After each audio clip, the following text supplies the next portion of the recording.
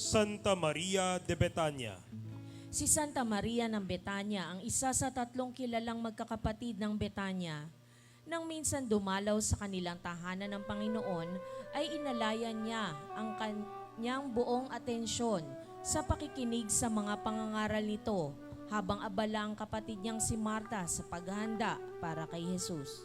Sa kasalukuyan, iniuugnay ang pakikinig ni Maria sa pangangaral ni Jesus sa espiritual na gawa ng awa o spiritual works of mercy, gaya ng pagpapatawad sa mga makasalanan, pagbibigay aliw sa mga nagdurusa, at pananalangin para sa buhay at mga patay. Siya rin ang nagbuhos ng mamahaling pabango kay Jesus sa gisag ng nalalapit nitong pagpapakasakit at pagkamatay sa krus.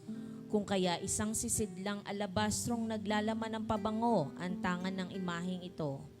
Ginugunita siya tuwing ika-29 ng Hulyo.